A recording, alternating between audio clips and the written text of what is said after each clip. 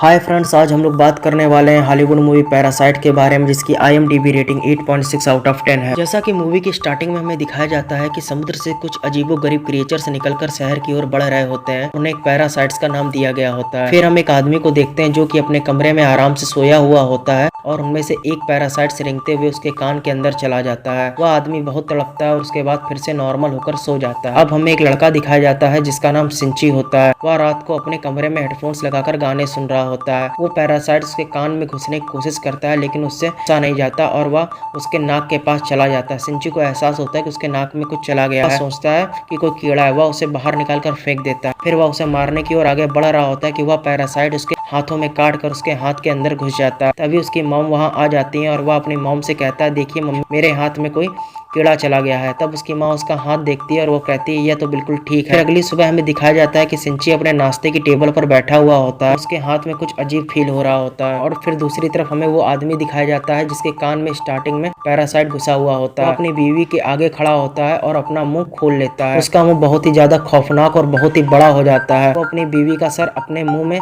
लेकर अपना खौफनाक मुंह बंद कर लेता है। यह सब उसी पैरासाइट्स की वजह से हो रहा होता है। फिर हमें सिंची दिखाया जाता है जो कि स्कूल जाते हुए रास्ते में अपने दोस्त से मिलता है। तभी उसकी दोस्त उसमें काफी अजीब हरकतें महसूस करती है और वह स्कूल पहुंच जाता है। तभी उसके साथ बहुत अजीब हो रहा होता है, जैसे कि उसके राइट हैंड में बहुत ज्यादा पावर आ गई होती है। वह घर आता है और अपने हाथ को काटने की कोशिश करता है लेकिन उसका हाथ मूव करने लगता है तो वह डर जाता है और फिर वह उसे रोकता है। फिर हम देखते हैं कि उसका हाथ एक क्रिएचर में बदल जाता है और वह उससे बात भी करता है। फिर हम देखते हैं वह सिंची की बुक्स भी पढ़ता है और लैपटॉप भी यूज करता है क्योंकि वह इंसानों के रहने के तरीके जानना चाहता था। क्योंकि जब इस पैरासाइट ने सिंची की बॉडी में घुसने की कोशिश की थी, सिंची ने उसे रोक लिया था, इसीलिए वह बस केवल राइट हैंड को ही कंट्रोल कर पाता है क्योंकि वह सिर्फ राइट हैंड में ही घुसा होता है। वह क्रिएचर अपना नाम मिगी बताता है और सिंची से रिक्वेस्ट करता है कि तुम कभी मत काटना, मैं तुम्हें कुछ नहीं करूँगा, आखिर तुम मेरे दोस्त जो हो।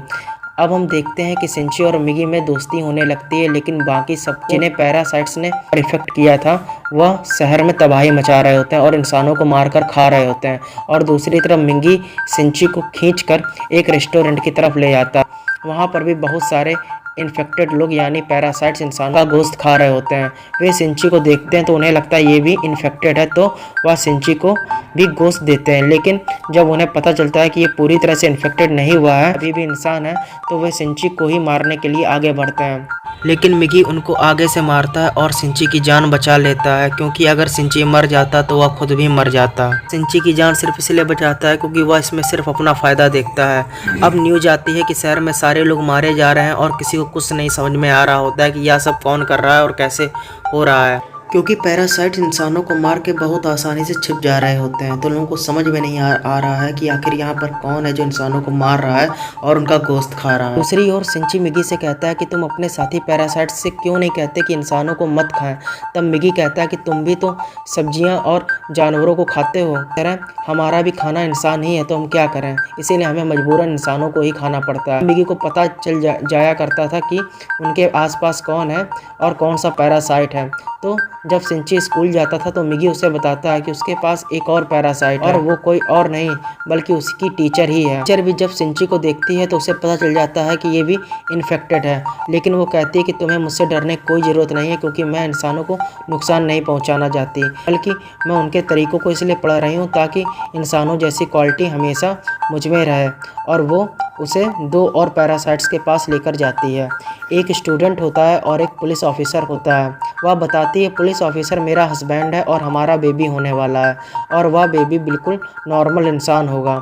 हम भी इंसानों की तरह ही रहना चाहते हैं, किसी को सरेआम नुकसान नहीं पहुंचाना चाहते हैं और किसी को सरेआम नहीं मारना चाहते हैं, बल्कि हम चुपचाप गोश्त खाएंगे और आसानी से इस दुनिया में रहेंगे। क्या तुम हमारा ग्रुप ज्वाइन करना चाहोगे?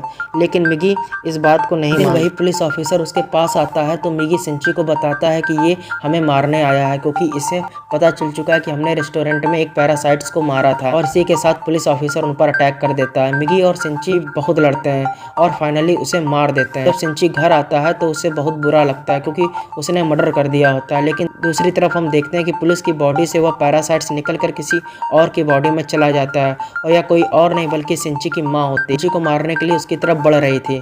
मिगी सिंची को बताता है कि ये तुम्हें मारना चाहती है तो सिंची कहता है खबरदार अगर तुमने मेरी माँ को कुछ कहा, क्योंकि वह अपनी माँ को बहुत प्यार करता था और वो नहीं चाहता था कि उसकी माँ को कोई मारे। देखते ही देखते उसकी माँ का सर भी बाकी पैरासाइट्स की तरह खुलने लगता है और वह सिंची पर अटैक कर देती है। उसका बहुत खून जाया होता है और करने के करीब होता है। अगली सुबह हम देखते हैं कि वह वापस उसे उठ खड़ा होता है तो मिगी उसे बताता है कि तुम बहुत जख्मी हो गए थे, लेकिन मैंने अपने सेल से तुम्हारे जख्म को ठीक कर दिया। यहाँ बुरी बात यह थी कि अब सिंची के शरीर में मिगी के सेल्स चले गए थे तो वह पूरी तरह से इन्फेक्टेड हो रहा था। सिंची अपनी माँ को ढूंढने लगता है लेकिन वह कहीं नहीं मिलती। फिर वह टीचर के पास जाता है और पुलिस ऑफिसर के बारे में पूछता है, लेकिन वह टीचर भी उसे कुछ नहीं बताती। उसे बताता है कि अब दिन में 4 घंटे मुझे भी सोने की जरूरत पड़ेगी और उस समय मैं तुम्हें बचा नहीं सकूंगा, इसलिए तुम्हें अकेले ही लड़ना होगा। क्योंकि मिगी के सेल्स भी उसके शरीर में थे इसलिए उसके शरीर में मिगी की क्वालिटीज भी आने लगी थी। फिर हम देखते हैं कि वह स्टूडेंट जो टीचर ने दिखाया होता है वह भी पैरासाइट्स बन चुका होता है। वह सिंची के स्कूल में एडमिशन ले लेता है और सिंची का दोस्त बनने का ड्रामा करता है, लेकिन आहिस्ता आहिस्ता सबको पता चल जाता है कि वह एक पैरासाइट है। फिर वह स्टूडेंट इन सबको मार देता है और इसके बाद वह सिंची की दोस्त को भी मारने बढ़ता है, लेकिन सिंची अपनी दोस्त को उठाकर बिल्डिंग से जंप मार देता है। टीचर वहां आ जाती है और चाहती है कि स्टूडेंट सारे मर जाएं क्योंकि वह नहीं चाहती उसकी वजह से किसी को उसका राज पता चले, और वह बिल्डिंग में ब्लास्ट कर देती है लेकिन उसको कुछ नहीं होता। फिर पुलिस वहां आ जाती है लेकिन पुलिस को भी मार देती है। अब मिगी सिंची को बताता है कि वह बिल्डिंग की छत पर है। फिर सिंची दूसरी बिल्डिंग की छत पर चला जाता है और उसे एरो से मार देता है और उसके बाद वो टीचर के पास जाता है और उस पुलिस ऑफिसर का एड्रेस पूछता है जो कि पैरासाइट्स था, और टीचर उसे अब एड्रेस दे देती है। उस पुलिस ऑफिसर का पैरासाइट्स अब भी उसकी माँ के अंदर था, लेकिन यहाँ पर मिगी के सोने का टाइम हो जाता है। इसका मतलब अब सिंची को अकेले ही लड़ना था। उस पैरासाइट्स को ख़त्म करने के लिए वह उसकी गर्दन काट देता है। इसके बाद उसकी माँ और वह पुलिस ऑफिसर दोनों मारे जाते हैं और इसके बाद हम देखते हैं कि सिंची अपनी दोस्त से मिलने के लिए हॉस्पिटल जाता है। वह बातें कर रहा होता है कि मैं एक एक करके सारे पैरासाइट्स को मार दूंगा। तभी हम देखते हैं कि कोई आदमी उसकी पिक्चर्स ले रहा होता है और वह कोई जासूस होता है, और फिर मूवी का पार्ट 1 ख़त्म हो जाता है। अब मूवी के पार्ट 2 की स्टार्टिंग में हमें उस इंसिडेंट्स के कुछ महीनों के बाद का समय दिखाया जाता है। अब आर्मी को पता चल चुका होता है कि इस शहर में बहुत सारे पैरासाइट्स हैं जो कि अटैक कर रहे हैं और वह उन लोगों को बचाना चाहते हैं। फिर वे जेल से एक सीरियल किलर को लाते हैं जो पहचान सकता है कि पैरासाइट्स कौन है और ह्यूमन बीइंग कौन है। फिर उसके सामने एक एक करके शहर के सारे लोग लाए जाते हैं। वह सबको नॉर्मल बता देता है, लेकिन जब उसके सामने सिंची आता है तो वह सोच में पड़ जाता है और काफ़ी देर सोचने के बाद वह कहता है कि यह भी नॉर्मल है।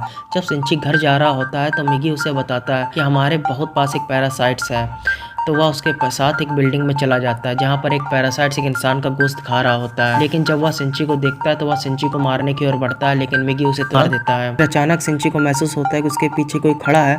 वह जब पीछे देखता है तो वह आदमी खड़ा होता है जिसने पार्ट 1 के एंडिंग में सिंची और मिगी की फोटो ली थी। फिर हमें शहर का मेयर दिखाया जाता है जो कि पैरासाइट्स के फेवर में बोलता है। वह बहुत ही बुरा इंसान होता है। वह टीचर भी उससे मिली हुई होती है। फिर हम देखते हैं कि उस टीचर का बेबी हो गया होता है जो कि बिल्कुल नॉर्मल ह्यूमन बीइंग होता है।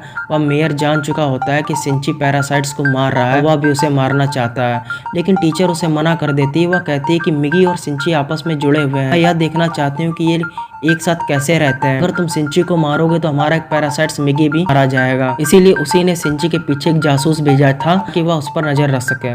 सिंची एक दिन चल रहा होता है तो उसे फिर से महसूस होता है कि उसके पीछे कोई है। वह जासूस की सारी बातें सुनता है और कहता है तुम्हें अपने बारे में पुलिस को बता देना चाहिए। सिंची कहता है नहीं, पुलिस में भी बहुत सारे पैरासाइट्स भरे पड़े हैं, और उसे यहाँ पता चल जाता है कि उसके पीछे जासूस को टीचर ने लगाया होता है। तो उस टीचर के पास जाता है और कहता है कि तुम यह सब क्यों कर रही हो, तब करना बंद क्यों नहीं कर देती हो। तो टीचर उसे बताती है तो तुम भी तो हमारे एक एक करके सारे पैरासाइट्स को क्यों मार रहे हो।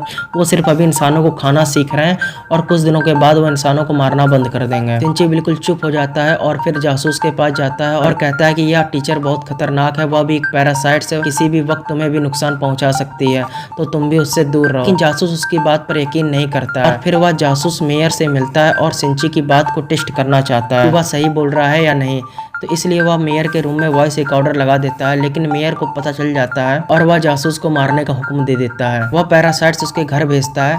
उसे मारने के लिए, लेकिन जासूस घर में नहीं होता है तो उसकी बेटी को मार देता है। अब अगले दिन मिगी सिंची को बताता है तुम पर 5 पैरासाइट्स अटैक करने आ रहे हैं। अब उनकी तरफ एक आदमी बढ़ता है जिसके अंदर 5 पैरासाइट्स होते हैं। मिगी और सिंची उससे फाइट करते हैं, उसका सर उड़ा देते हैं। उन्हें लगता है अभी मर गया है, लेकिन अभी सिर्फ एक पैरासाइट्स ही मरा हुआ होता है, बाकी के 4 पैरासाइट्स अभी जिंदा होते हैं। बाकी के 4 पैरासाइट्स उसके हाथों में आ जाते हैं और उसे कंट्रोल करने लगते हैं। वह टीचर मेयर से कहती है कि मैंने तुम्हें मना किया था कि तुम उस जासूस और सिंची को मारने के लिए पैरासाइट्स नहीं भिजवाओगे, तो तुमने ऐसा क्यों किया।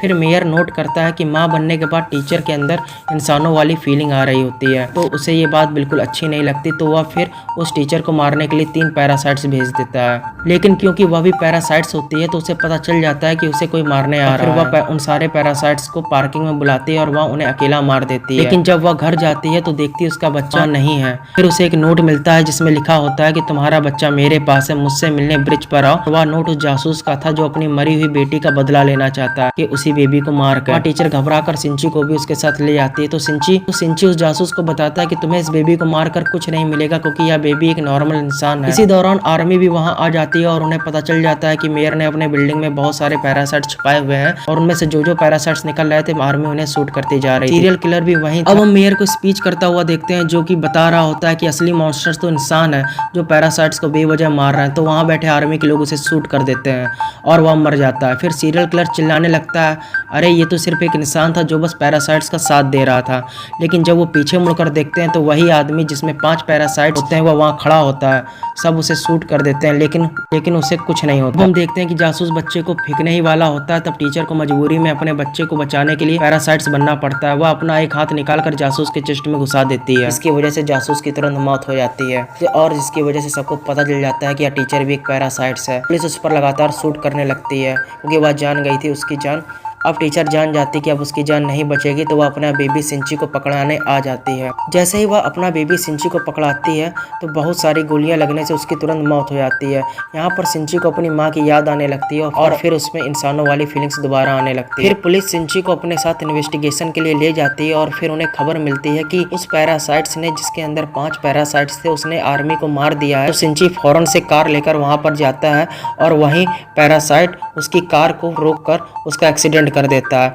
अब वह जंगल में चला जाता है और मिगी से कहता है कि जब तक तुम मेरे साथ हो उसे पता चल जाएगा कि हम कहाँ हैं, इसलिए तुम मुझसे अलग हो जाओ प्लीज। इसी के साथ वहाँ पैरासाइट्स वहाँ पर आ जाता है और उन पर अटैक कर देता है। क्योंकि अब सिंची और मिगी की काफी अच्छी दोस्ती हो गई थी तो मिगी अपनी कुर्बानी दे देता है। वह अपनी जान सेक्रीफाइस कर देता है और सिंची की बॉडी से अलग होकर वहाँ से भाग जाने के लिए उसे कहता है और मिगी को वह पैरासाइट्स मार देता है, जिससे सिंची काफी उदास हो जाता है और अपने दोस्त के घर की तरफ चला जाता है। वह उसका बहुत ख्याल रखती है। लेकिन एक दिन वह लेटा हुआ होता है तो वह देखता है कि उसके बाजू में मिगी का एक और हिस्सा ग्रो कर रहा होता है और ऐसा इसलिए हो रहा होता है क्योंकि जब मिगी ने अपने बॉडी सेल्स से सिंची को ठीक किया होता है तो उसके सेल्स सिंची के बॉडी में आ गए होते हैं। एक दिन वह लेटा हुआ होता है तो देखता है कि उसके बाजू से मिगी का एक और हिस्सा ग्रो कर रहा है और ऐसा इसलिए हो रहा होता है क्योंकि जब मिगी ने अपने बॉडी सेल से सिंची को ठीक किया होता है तो उसके सेल्स सिंची की बॉडी में आ गए होते हैं। इसलिए वह चाहता तो दोबारा ग्रो कर लेता, लेकिन उसे फील हो गया था कि अब ये दोबारा आ रहा है तो दूसरे पैरासाइट को पता चल जाएगा कि मैं कहाँ हूँ,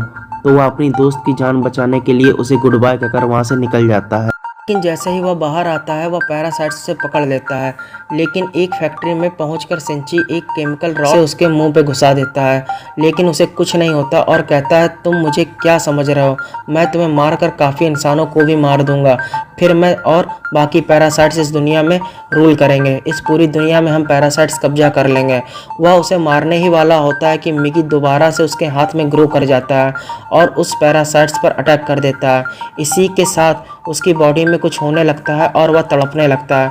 मिगी सिंची को बताता है कि जिस राड से तुमने इसे मारा है वह उसमें बहुत केमिकल लगे हुए थे और अब पैरासाइट्स इसकी बॉडी में नहीं रहना चाहते हैं। करके सारे पैरासाइट्स इसकी बॉडी से निकल जाते हैं और अब सिर्फ उसकी बॉडी का ढांचा ही बाकी रह जाता है, जिसे सिंची उसे उठाकर आग में फेंक देता है, जिससे फाइनली उसकी डेथ हो जाती है। फिर हमें काफ़ी दिन बाद का समय दिखाया जाता है जिसमें सब नॉर्मल हो जाता है और मिगी सिंची से कहता है जैसे कि इस दुनिया में कोई भी पैरासाइट नहीं रहा है तो अच्छा है कि मैं भी तुमसे अलग हो जाऊं। लेकिन सिंची उसे मना कर देता है तो मिगी खुद को ही ख़त्म कर लेता है। सिंची का हाथ वापस अपनी पुरानी फॉर्म में आ जाता है, जिससे वह काफ़ी उदास हो जाता है और मिगी को काफ़ी मिस करने लगता है। अब हम देखते हैं काफ़ी टाइम गुजर जाता है और अब सिंची और उसकी दोस्त काफी अच्छी जिंदगी बिता रहे होते हैं और वो उस टीचर के बेबी को भी मिलने जाते हैं। फिर अचानक हम देखते हैं कि वहाँ पर वही सीरियल किलर वापस आ जाता है और सिंची की दोस्त को किडनैप कर और उसके कान में कहता है कि असली मॉन्स्टर तो इंसान ही है। तो वह कहती है असली मॉन्स्टर तो तुम हो, इंसान नहीं। तुम लोगों को मारते हो। तो इस बात पर वह लड़की को बिल्डिंग से धक्का दे देता है, लेकिन सिंची फौरन से जाता है और अपना हाथ लंबा कर उसे बचा लेता है। फिर उसे पता चल जाता है कि यहाँ पर उसकी मदद मिगी ने की थी। और एट द एंड मूवी के लास्ट में सब कुछ सही हो जाता है और मूवी का पार्ट 2 खत्म हो जाता है और हम लोग पार्ट 3 का वेट करते हैं।